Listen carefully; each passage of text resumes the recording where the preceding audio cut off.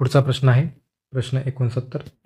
ए, बी व सी या तिघांच्या वाट्याला 5,000 रुपये 2 3 5 या प्रमाणात वाटले तर सीच्या वाट्याला किती रुपये येतात?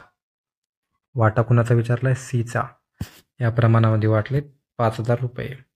सीचा वाटा इथं 5 आहे, तर पाहू आपण त्याच्या वाट्याला 1,500 येतील का 2,000 येतील का 2,500 का 3,000? तर पाहूया.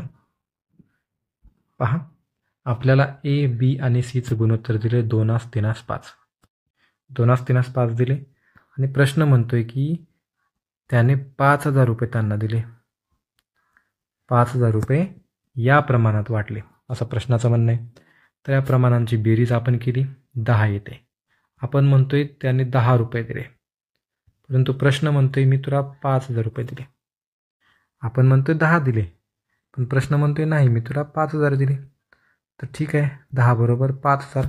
तर 1 बरोबर किती येणार? 500. 1 लाख शून्य कटून जाईल. 1 बरोबर 500 येणार. तर आपल्याला वाटा कुणाचा विचारला आहे? सीचा वाटा विचारला आहे. सीचा वाटा किती आहे? 5. 1 बरोबर 500 आहे, तर 5 बरोबर याला आपण 500 न गुणा किती येतो? 2,500 रुपये. तर हा 2,500 रुपये सीचा वाटा असणार, बरोबर. 2,500 रुपये असणार सीचा वाटा. तर ऑप्शन 3 हे बरोबर येणार ह्याचं प्रश्नाचं उत्तर. कन्फ्यूज होत आहे तुम्हाला? तसं आपण ॲडिशन करून बघू. पहा, ऑप्शन 1 बरोबर 500 इथंपर्यंत आपल्याला आलेलं आहे. तर 2 बरोबर किती येणार आहे? 2 गुणिले 500 म्हणजे 1,000 येणार एचा वाटा. बीचा वाटा 3 गुणिले 500 म्हणजे 1,500 येणार बीचा वाटा. सीचा वाटा तर आपण काढलेला आहे 2,500. प्रश्नाने किती दिलं टोटल आपल्याला? 5,000 रुपये. टोटल करा इथं 2.5 1.5 किती झाले? 4 आणि ही 4 आणि 5 आले 5,000 रुपये.